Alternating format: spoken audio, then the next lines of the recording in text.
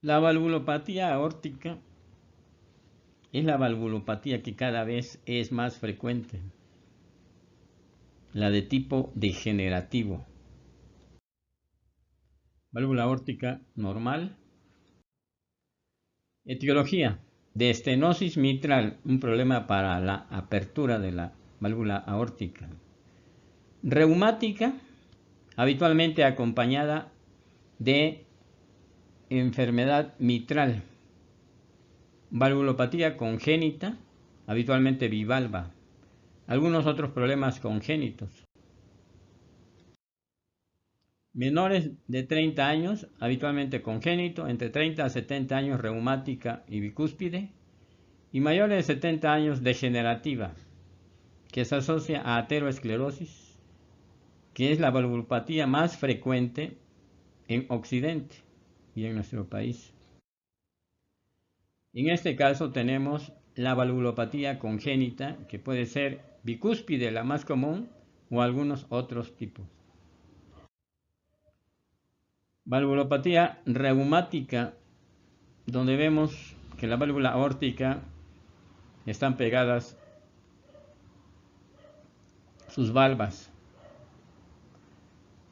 Una válvula aórtica bivalva. Algunos casos congénitos más raros. Estenosis aórtica severa, cuando su área valvular es de 0.75 centímetros cuadrados o menor de 0.5 centímetros cuadrados de superficie corporal. O si la fracción de expulsión es normal, cuando el gradiente medio transaórtico supera los 50 milímetros de mercurio, es decir, que la presión del ventrículo es mayor que de la aorta para poder expulsar su sangre. Fisiopatología. Como existe una obstrucción para la salida de sangre del ventrículo izquierdo, su tiempo se prolonga, por lo tanto se eleva la presión sistólica y como compensación hipertrofia del ventrículo izquierdo, y ya en fases más tardías dilatación e insuficiencia cardíaca con hipertensión veno-capilar pulmonar hasta el edema pulmonar. Cuadro clínico. Puede estar asintomática durante muchos años. Con síntomas, progresa en poco tiempo y muere en pocos años por insuficiencia cardíaca congestiva. Tríada clásica, angina, supervivencia media 5 años, síncope, supervivencia media 2-3 años, disnea, supervivencia media 1 o 2 años. Puede complicarse con endocarditis o embolismo, hemorragia digestiva, etc. Signos periféricos. El pulso es parvus et tardus, de menor intensidad y tarda más. La presión arterial tiende a ser normal o baja. Vamos a encontrar un frémito en el hueco supraesternal o en las carótidas. Características del soplo. Soplo sistólico rudo, romboidal intenso, con irradiación a los vasos del cuello, pero en el ápex podemos encontrar un sonido musical descrito por Gaya Bardán. Cuando existe hipertrofia podemos encontrar un cuarto ruido y si se llega a dilatar el ventrículo, un tercer ruido. En estenosis aórtica grave existe desdoblamiento paradójico del segundo ruido pulmonar. Soplo holosistólico intenso rudo acompañado de frémito tipo romboidal que se irradia a los vasos del cuello y al hueco supraesternal. En el electrocardiograma, hipertrofia del ventrículo izquierdo manifestado por R altas de B5 y B6, T negativa de ramas asimétricas y S profunda en B1 y B2.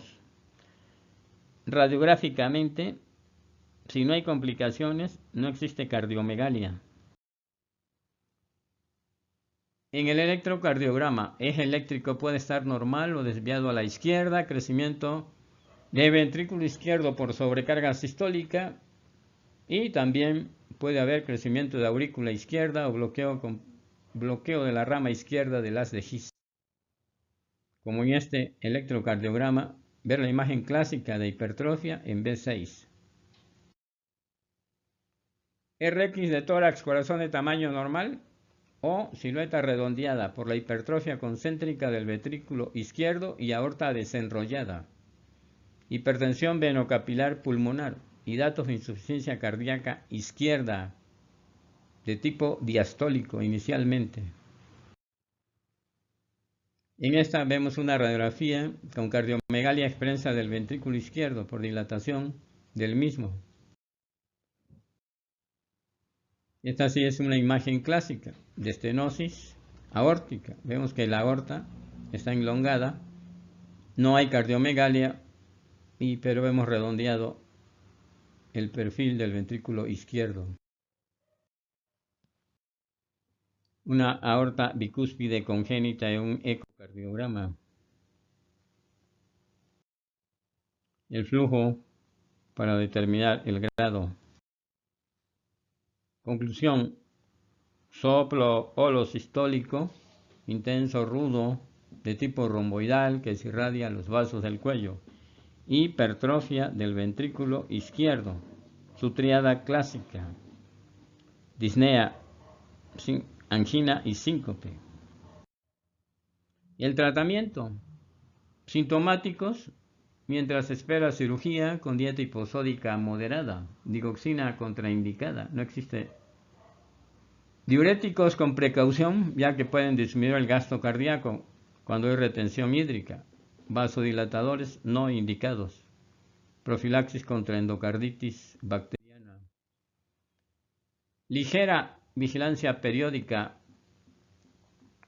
Estenosis moderada, vigilancia periódica. Apretada, tratamiento quirúrgico. Cuando tiene insuficiencia cardíaca, la mortalidad es aproximadamente de 2 años. Tratamiento quirúrgico.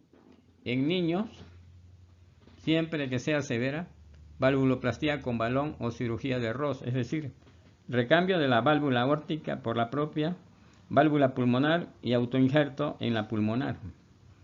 En adultos, con gradientes de mayor de 70 milímetros de mercurio o en síntomas con gradiente de 50 milímetros de mercurio. Insuficiencia aórtica. La incapacidad de la válvula aórtica de cerrarse bien hace que la sangre fluya de vuelta dentro del ventrículo izquierdo.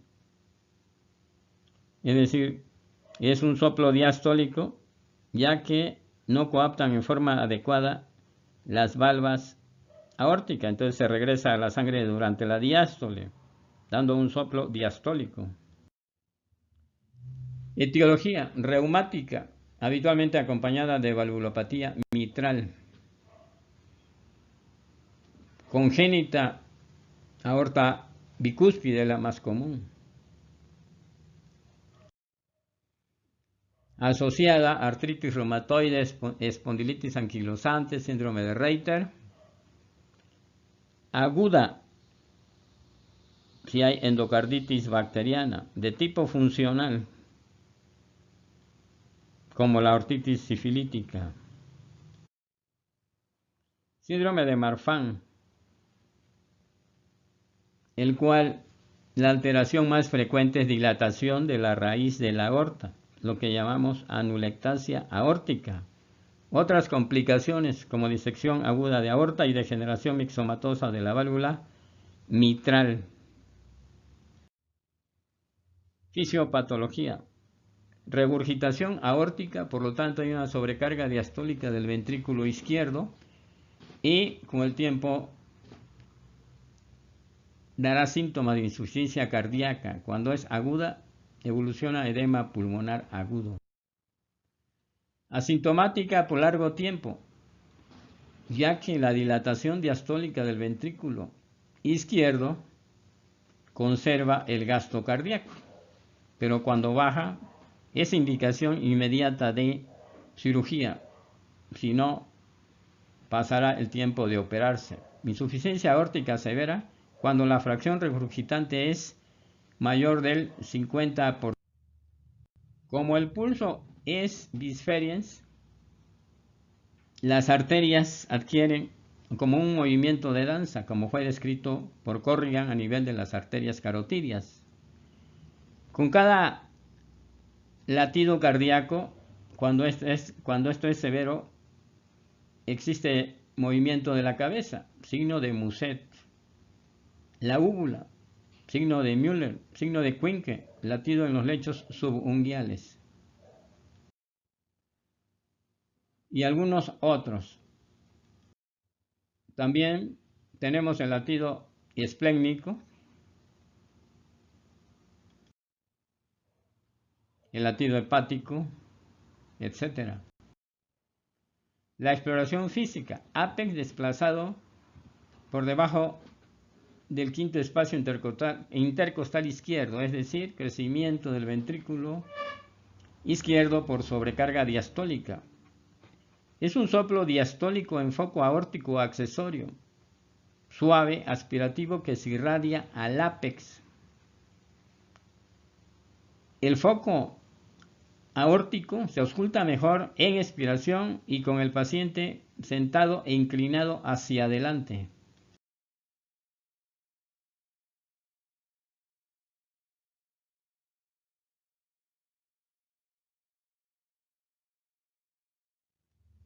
Electrocardiograma. Crecimiento del ventrículo izquierdo por sobrecarga de volumen. RX de tórax. Cardiomegalia expensa del ventrículo izquierdo, corazón punta abajo y aorta enlongada. Hipertensión veno-capilar pulmonar, cuando se complica con insuficiencia cardíaca. Corazón punta abajo y aorta enlongada. Un ventrículo izquierdo ya con dilatación del ventrículo izquierdo. El eco, con complicaciones en este caso por endocarditis bacteriana, donde se observan las vegetaciones. Otro ecocardiograma. Doppler para ver el flujo y el grado de insuficiencia aórtica. Historia natural. Asintomáticos con función sistólica del ventrículo izquierdo normal. Entonces es necesario hacerle un RX de tórax, un electrocardiograma y posteriormente un cateterismo cardíaco. Características del soplo. Es un soplo diastólico suave que se ausculta mejor en foco aórtico accesorio decreciente, es decir, de mayor intensidad, y va disminuyendo por el paso de sangre de la aorta al ventrículo izquierdo durante la diástole. El tratamiento médico. Severa, asintomática, sin disfunción ni dilatación del ventrículo izquierdo. Se recomiendan vasodilatadores como los IECAS. Profilaxis contra endocarditis cuando sea necesario. Cirugía está indicada cuando aparecen síntomas importantes o cuando se inicia el deterioro de la función sistólica, es decir, valorado por la fracción de expulsión y el diámetro telesistólico del ventrículo izquierdo. El tratamiento quirúrgico no restablece siempre la función ventricular y puede ser perjudicial, por lo tanto debe ser en el momento indicado. Lo que se realiza es recambio por prótesis. En algunos casos, cuando es por dilatación del anillo de la válvula aórtica, por ejemplo en síndrome de Marfan, es necesario emplear algunas técnicas como las de David o Benthal. Vamos a hablar sobre las prótesis valvulares. algunos aspectos generales. Son las prótesis más empleadas en el mundo, es decir, las mecánicas son las prótesis más empleadas. Fabricadas de carbón pirolítico, algunos laboratorios específicos. Estas son las válvulas mecánicas antiguas que han evolucionado actualmente hasta la prótesis valvular monodisco o la bidisco, una de las más empleadas.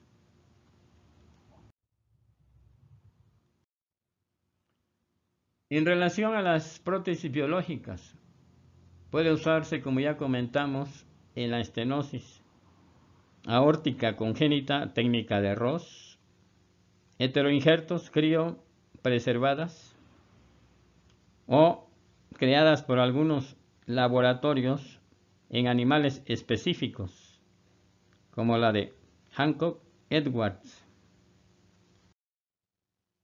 Estas son las biológicas.